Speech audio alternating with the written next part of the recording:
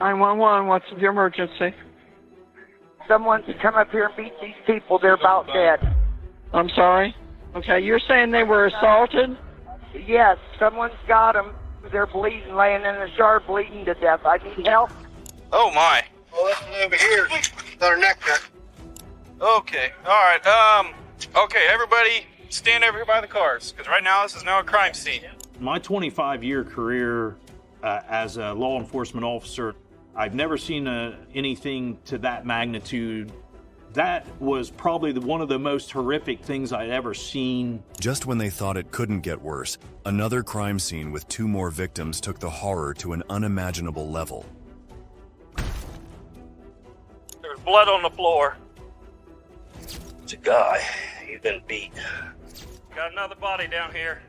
It didn't take long for detectives to uncover a chilling connection. All 4 victims were linked to each other. Officers feared for the worst, but then something shocking occurred.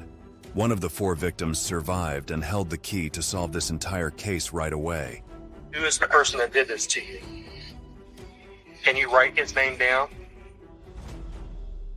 On February 4th, 2019, the police received a horrifying call from Vigo Road in Liberty Town, Ohio, USA. On the other end was a terrified relative who had just made a grisly discovery about her niece and her partner. She claimed that a woman and a man were ruthlessly attacked. Upon receiving the information, the officers rushed to the address, and when they arrived at the crime scene, they discovered something so gruesome that it would haunt them for years to come. Oh, my. Well, this one over here got her neck cut. 50-year-old Rick Adams lying outside the home unconscious and severely injured. He had suffered 2 gunshot wounds, including one to his head. Just a few steps forward lay 51-year-old Tammy Potts Williams, who was in no better condition. She was drenched in blood, with her throat cut and covered with bruises. As the officer approached the disturbing crime scene, he gasped in horror at the sight before him. It's just hard to believe that there are people in this world that will do things of that nature. As the investigators moved towards the House of Horrors, the neighbors warned them about the possible threat that might await them. Okay, all right, okay, everybody stand over here by the cars, because right now this is now a crime scene. There's a noise inside the Okay, house. please. Go on, okay? 21, you're going to want to start down here. Let's go. Clear the house. Sheriff's office! Sheriff's office, you're in here, make yourself known! However, as they entered the home to find the possible attacker, the house was empty. After ensuring everyone's safety and confirming there was no trace of the attacker, the officers quickly transported the injured Tammy and Rick to the hospital. They then began investigating for any possible evidence or information related to the attack. The detectives discovered that the unmarried couple had been living here together, but the neighbors had no idea who might have attacked them or why. Rick's friend and neighbor had also called them before Tammy's aunt to inform them about the attack. He was visiting Rick to get the pop cans he had saved for him, but instead would make a shocking discovery. So what happened when you got there? Well, I pulled up there and I said, boy, it's a tight squeeze right here. And I looked over and I said, Rick? I see that blood running down into that tar track. I said, Lord, he's bleeding out. I said, I better get 911. Had he been having any problems with anyone? Having any falling outs here? The officers also found a silver Honda car parked right outside Rick's home, just a little distance from where he was found. The car had blood spots inside, and it did not belong to either of the victims. This led the officers to suspect that the owner of this car might have had something to do with the attack. However, as officers were looking for evidence related to this crime, they received another frantic call, and little did they know that this would lead them to the most sinister plot they had ever witnessed. We went out there and we had knocked on every door, every window. This call was made from Bowman Lane in Londonderry, Ohio, at 6:59 p.m., just 5 miles away from the horrendous crime scene.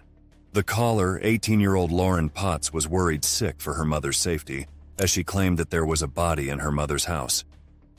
Dispatch contacted me that we may possibly have another crime scene and other bodies. As soon as the officers reached there, they looked around the home and discovered evidence of another sickening crime. There's blood on the floor. What's that cut through? Yep. Sheriff's office, call out! Yep, scene. Clear the house. The officers found one male body in the kitchen area who had been heavily beaten and riddled with gunshots. The detectives continued examining the scene, and what they were about to find was about to shock them. As they searched through the house, they also discovered a female's body. Sheriff's office. What's that cut through? Got another body down here. Hey, don't touch nothing else. Leave it. It's her. I believe it's her. Yeah, her hands are bound behind her back. There's a pillow over her head with a gunshot into it, and there's a toe strap tied around her neck. So This is the only casing I have found so far.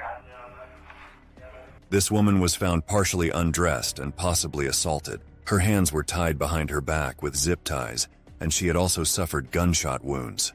The killer had used a pillow to muffle the gunshots, minimizing the noise. The officers found the zip ties on the kitchen table and a .32 caliber shell casing from the same area. The blood splattered all across the place, and the scene was enough for the officers to question the extreme violence involved. The victims of this heinous attack were identified as 46-year-old Leanne Marie Potts and 63-year-old Thomas Stephen Littler, better known as Tom Littler, a couple whose names would soon become synonymous with one of the most chilling cases investigators had ever faced. They had married just a month ago and had been living together in this home. The investigation soon revealed another critical detail. The car found at the earlier crime scene belonged to deceased Leanne. But the officers were about to make another shocking and unexpected discovery. Rick Adams, the male victim from the earlier crime scene, was Leanne's biological brother. Now it became all the more urgent to catch the killer who seemed to be targeting this family.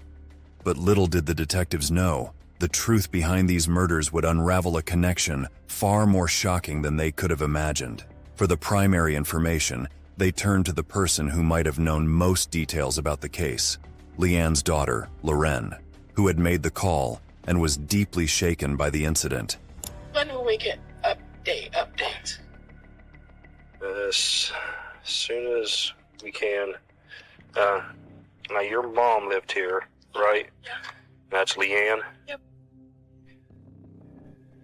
And this Tom Littler? Yep, he owns the house. He owns the house. Was she in the kitchen?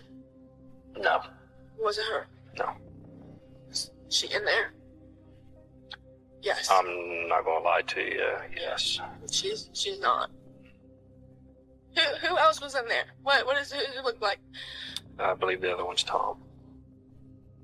When the officer asked Loren about the possible motive of these murders, she revealed one sickening motive that left the officers stunned.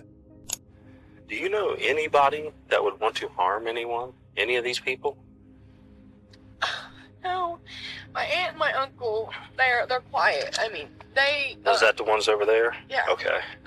They're friends, and Tom's health was getting bad, so they went and got married, so Tom's stuff would be good. Okay. Tom and my mom have money. Uh-huh. So, and my mom was letting my uncle drive her car because she can't drive it right now. I overheard something about a welfare check. My mom just got a really big one, and I feel like it has something to do with money. Loren revealed that her mother had gotten a significant amount of money from her previous marriage's settlement, and Tom was also pretty well off. He had bought a diamond ring for Leanne and was also supposed to get money from the bank as they were leaving for their honeymoon. This information raised concerns amongst the officers that this case might be related to burglary, but this did not explain the attacks of Rick and Tammy, who did not live that close to Leanne and Tom. As the officers found possible answers to some questions, multiple other questions piled up in front of them. A troubling pattern began to emerge, suggesting that someone might be systematically targeting the members of this family. Now, was this family targeted? The scenario that you have was who and why, because you're thinking, could this be somebody that knew them all? Or could this be something random? Is this motive for money? Now we're dealing with two scenes. I knew the two had to be connected. The pattern of targeting two couples from the same household raised concerns amongst the remaining family members too, who grew increasingly fearful for their safety. At this stage, they were uncertain whether the attacker was specifically targeting them or had a different motive altogether. I didn't know if the person that had done this knew or was after anyone else in our family. As haunting as these findings were, no one could have been prepared for the horrific revelation awaiting them within the depths of a hidden secret. The police also had no idea about the perpetrator's identity, but were certain about his motive. At this point now, we're thinking the motivation's money or a burglary gone bad. As a protective measure, they also tightened the security of victims in the hospital while intensifying their search for the vicious attacker and killer. The officers feared that the person who had done this might target other people too. Till now, they had perceived that this was just a case of robbery, but one call was going to turn the whole case upside down. The officers received a pivotal call from someone who knew Rick and claimed to have information that would shed some light on the dark mystery surrounding this case. One of Rick's friends, 39-year-old James Reinhardt, claimed that he knew who had attacked Rick and Tammy. Who's Bugs? Larry Potts. Larry Potts? Yeah. And they call him Bugs? Yeah, call him Bugs. Huh. That's, I don't know him. Well, that's Tammy's brother. Okay. That's Tammy's brother. Tammy. The one. Okay. Stuff happened up there. Now, has Tammy and him been into it? He wasn't involved in this, was he? They fight like cats, dogs, and bills all the time. James alleged that it was Tammy's brother and Leanne's ex-husband, 48-year-old Larry Potts, who was involved in the attack. This information came as a jolt for the investigators, as they had perceived the motive to be money. But now it looked like the killer had a much more sinister motive behind it than just a robbery. So that information raised our red flags on Larry Potts being involved. We initially thought these crimes could be financially motivated, but then began to think that this could be a family dispute. Was there a common thread between all of the murders? We weren't really sure, but our strongest lead was Larry Potts. Following this lead, the investigators finally had their person of interest and quickly moved to apprehend him. However, when they arrived at Larry's place, his roommate claimed he was not there. Yet, as one lead seemed to fade, a new glimmer of hope emerged. The next day of the incident, Tammy regained consciousness but was still in a critical state. She could not utter a single word, and her condition was so vulnerable that anyone would question the sanity of her attacker. Tammy had suffered 80 stab wounds to her upper body and multiple bruises that had turned her face purple. Although Rick had succumbed to his injuries, Tammy survived. Despite her dire condition, the officers tried their level best to extract any information from her. Present is myself and Tammy Woods. Tammy, I know that just as soon as I got here, you recognized me. You're a lot more alert today. You told me that you were very fearful for your safety. Who is the person that did this to you? Can you write his name down? What did they use to hurt you?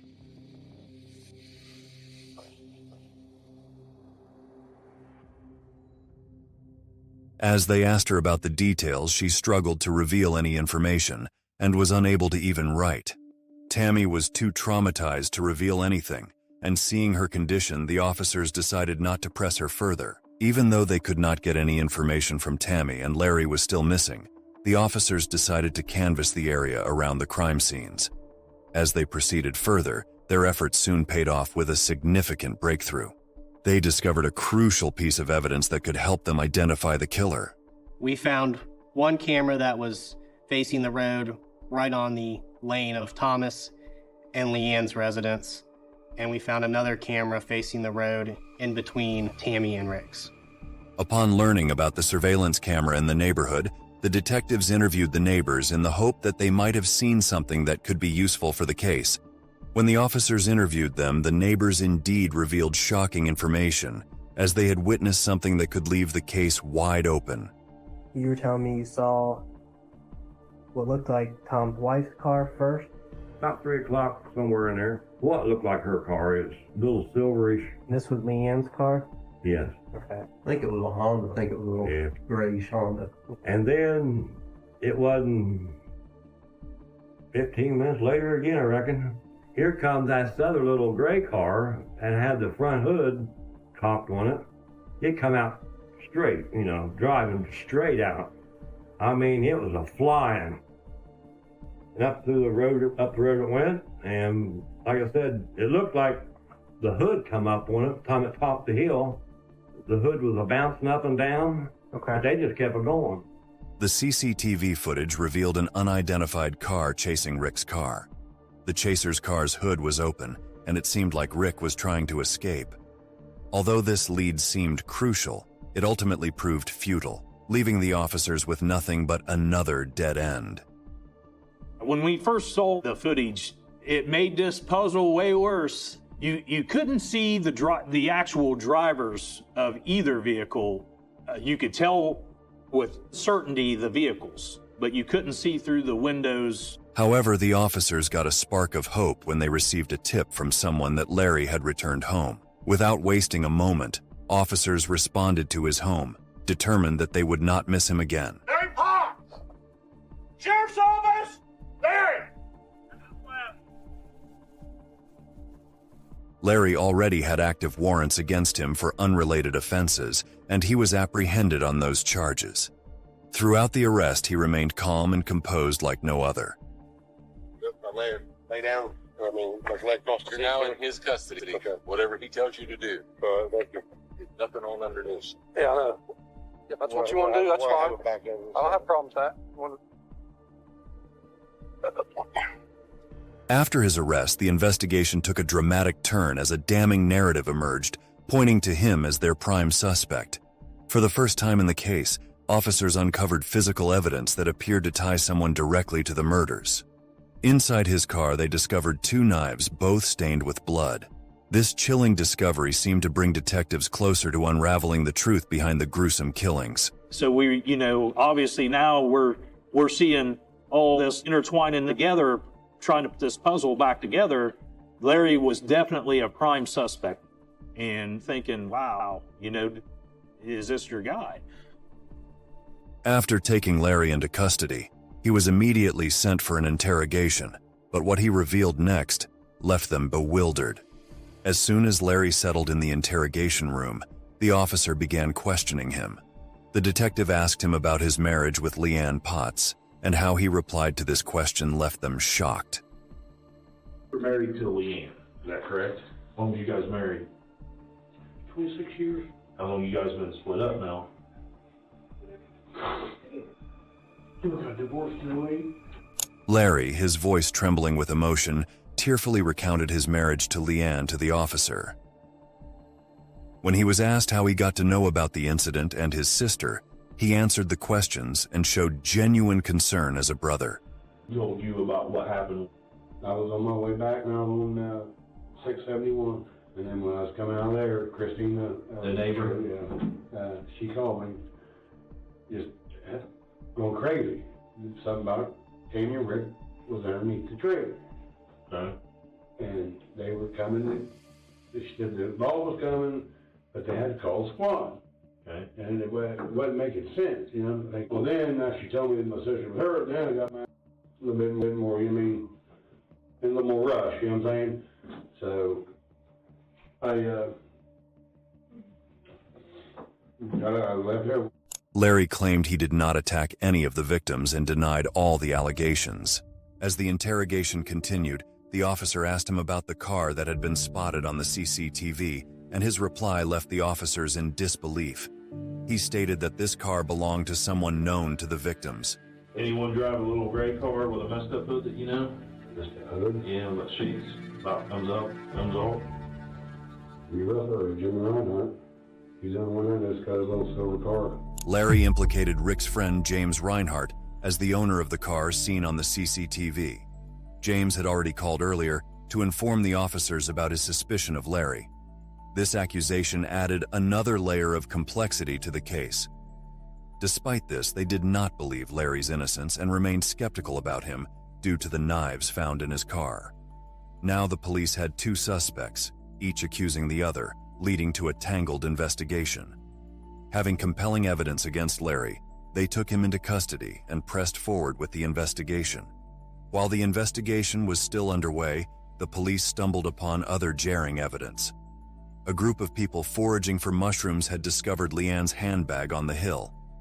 But what was inside would introduce a new, perplexing element to the case.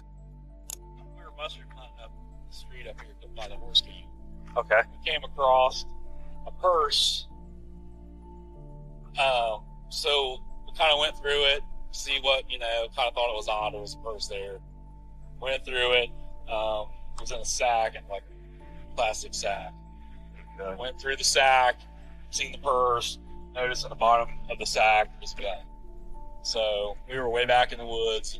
I said, well, this seems really freaking odd. There's a purse, car keys, ID, credit cards, money, and a gun.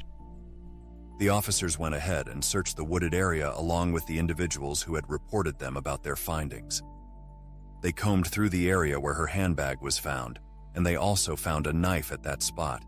This evidence was sent for DNA testing, and as they found the possible weapon used in these attacks, another piece of evidence came to light. The investigators received a tip from a Burger King employee that someone was trying to make a purchase using Leanne's credit card. Upon receiving this information, the officers quickly headed to the restaurant, and when they apprehended the suspect, they were left shocked to the core. Hey, bud, do me a favor. Put your hands behind your back here for me. It was James Reinhardt who was using the card, and they immediately arrested him. Upon his arrest, the officers conducted a thorough search. They found Leanne's credit cards, several receipts, and more than $1,100 in cash. Despite this incriminating evidence, when he was asked if he knew why he was being arrested, he gave a mind-boggling reply, as though he had no idea what was going on. All it is? What kind of identification do you have? I ain't got none right now. Okay. I should have a bank card on me somewhere. Everybody get my figure right there. Just money. Hey, Give me an idea why we might be here. No, I don't, sir. The officers guided him towards the police van with a sense of urgency. Meanwhile, they had also unearthed a crucial breakthrough. The same car captured on CCTV earlier, aggressively pursuing Rick, was found in the parking lot. This revelation intensified the case, adding a dramatic twist to the investigation. James had also been spotted using Leanne's card at other places too. Additionally, the hill where Leanne's handbag was found was just a stone's throw away from James's home. All of these findings indicated only one thing: that either he was the one who knew everything, or he might be hiding something. Prior to this case, James was also involved in another felony theft and vandalism conviction in 2016. He was sentenced to a year in prison for community control violations related to these charges. With these key pieces of evidence in hand and considering his past record, James was sent for an intense interrogation, and what he would reveal there would leave the officers stunned. As James sat in the interrogation room, he nervously fumbled through his answers. When the officer asked him about the cards, he claimed that they belonged to his girlfriend. But even here, he gave the officers a big clue. Where'd you get this debit card, man? It's my girlfriend. It was supposed to be my girlfriend, but she's seeing our guy right now, so I'm at. Who's your girlfriend? Larry, Leah, whatever. I can't think of her last name. Oh, you can hide that, I don't care. So you can't pronounce her girlfriend? Even though James claimed that the cards belonged to his girlfriend, the officers were aware of his possible involvement in the killings. When the detective asked him about Leanne's death, he gave an odd reply. She's married. That's her sugar daddy. She's dead, bud. Nuh-uh. James claimed he knew about Rick and Tammy, but had no idea about Leanne and Tom. He was so determined to prove his point that he even claimed that he had called the police because he did not know about this. Yeah, swear to God. Swear to God, that's why I've been trying to call for 2 damn days. No, don't do this. Throughout the entire interrogation, James did not show any remorse and gave vague replies. By the end of the session, the investigator had a clear understanding of his deranged motives. Leanne was dead, and he didn't show no emotion whatsoever. I knew at that point he was just full of it, and that he was their guy. But he wouldn't confess. Although James did not confess to any of his crimes, the officers received evidence that would clarify the whole case for them. After 1 month, the report of the DNA match was received, which determined that the DNA found on Leanne's body and the zip ties had matched with James.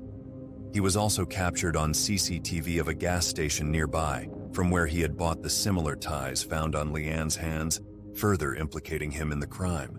Reinhardt never did confess, but we did have a mountain of evidence that proved his guilt by beyond a reasonable doubt.